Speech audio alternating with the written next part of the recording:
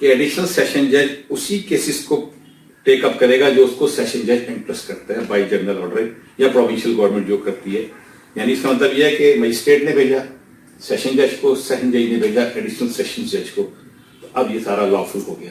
لیکن اگر magistrate straight away additional session جج کو بھیج دے تو کام یہ غلط ہو جائے گا, انلیگل ہو گیا.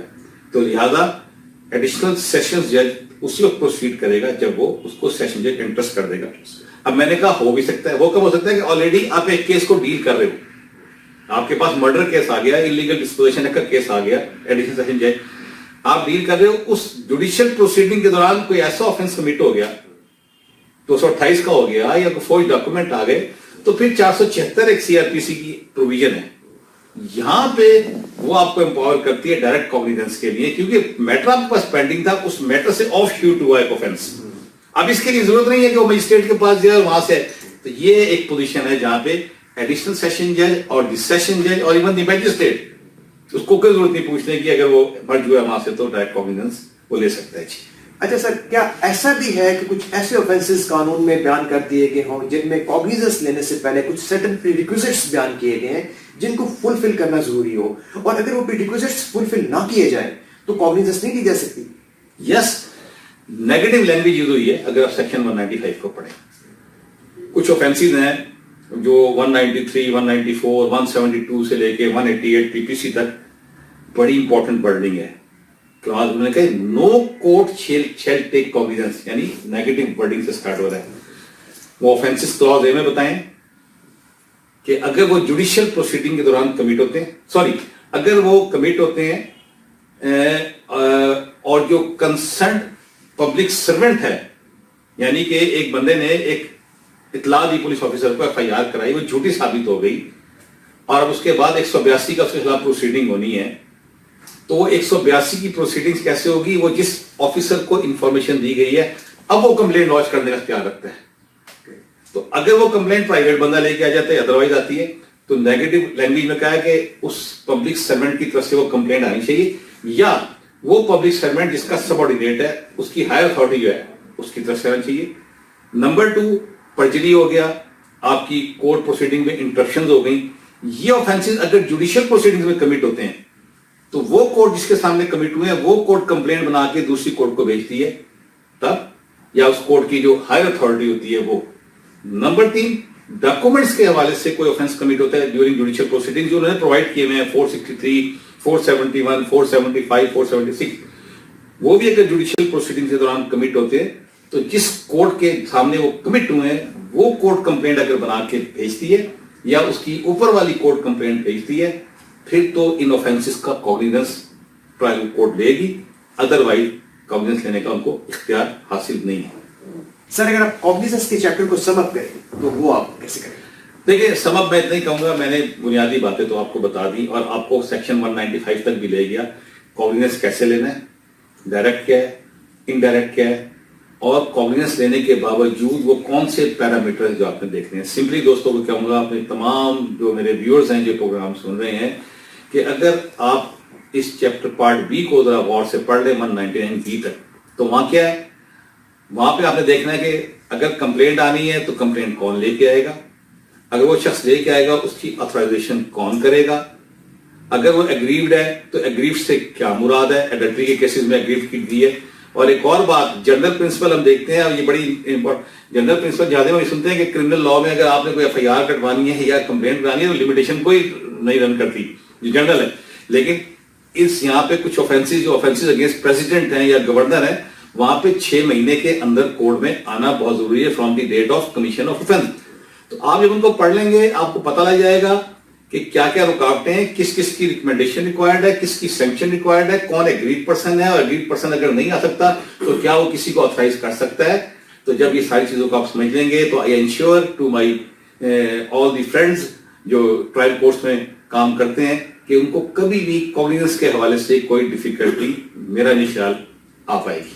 سر, ایک بلٹ لائن اگر آپ سے پوچھوں میں کہ کاگنیزنس میں اگر مسٹیک ہو جائے تو اس کے ایفیکٹ ٹرائل کے اوپر کیا آتے ہیں؟ بہت اچھا. دیکھیں, یہ جو کاگنیزنس کا ایشو ہے نا, یہ کیوریبل نہیں ہے. اگر آپ نے یہاں سے غلطی کر دی, آپ بھول گئے, ٹرائل آپ نے چلا لیا, سزا بھی دے دی یا بری کر دی, اور پتہ لگا آگے ہائی کورٹ میں گیا معاملہ, تو یہ ساری کی ساری پروسیڈنگز ویشیٹ ہو جائیں گی. آپ کو یو مسٹ نو اٹ کہ آپ کے وہ کون سے ایکشن ہیں جو کیوریبل ہیں اور کون سے نہیں ہے. کیوریبل ہے اس میں لا آپ کو کہتا ہے ٹھیک ہے غلطی ہوئی, لیکن جو نہیں کیوریبل اس میں نقصان کس کا ہے؟ جہاں سے سسٹم کا نقصان ہے, عدالتی وقت کا نقصان ہے, اور الٹیمیٹ نقصان کس کا ہے؟ ان پارٹیز کا جو صدرات سے لٹیگیشن میں نہیں ہے. فار دیٹ آئی سے ہمیں بہت ذمہ داری کا ان مراحل پہ مظاہرہ کرنا چاہیے. Sir thank you very much. Viewers بہت شکریہ آپ کے ویوز کا اور فیڈ بیک.